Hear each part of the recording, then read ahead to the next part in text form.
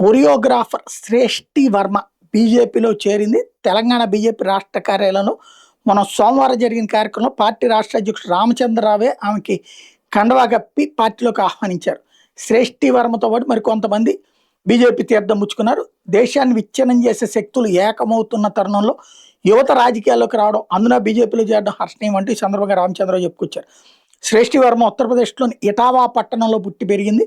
తండ్రి వ్యాపారి, అమ్మ ఇంటి బాధ్యతలు చూసుకునేది. మధ్యతరగతి కుటుంబం. శ్రేష్ఠికి ఒక చెల్లెలు కూడా ఉంది.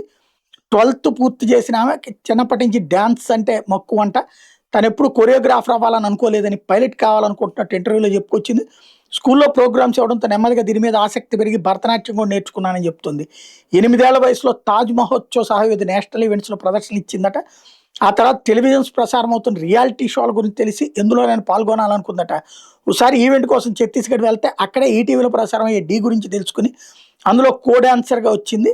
డ్యాన్స్ పట్ల ఆమెకున్న నిబద్ధత, స్టైల్కి ప్రేక్షకులు, జడ్జీలు ఫిదా అవడంతో ఢీ జోడీ చేసే అవకాశం వచ్చిందట. ఆ సిరీస్ శ్రేష్ఠికి మంచి పేరు తేవడం, ఆ తర్వాత అసిస్టెంట్ కొరియోగ్రాఫర్గా పలు సినిమాలకు కూడా పనిచేయడం మొదలుపెట్టింది.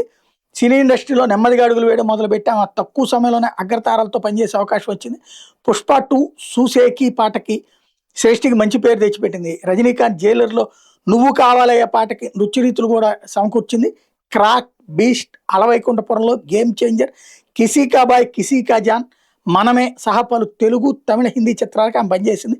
బిగ్ బాస్ సీజన్ 9లో కూడా కంటెస్టెంట్గా పాల్గొంది అన్నటువంటిది చెప్తున్నారు. అయితే ఆ మధ్యన ఈ జానీ మాస్టర్ మీద కంప్లైంట్ చేసిన శ్రేష్ఠి వర్మ ఏమో ఒకళ్ళో కాదో తెలియదు మనకి.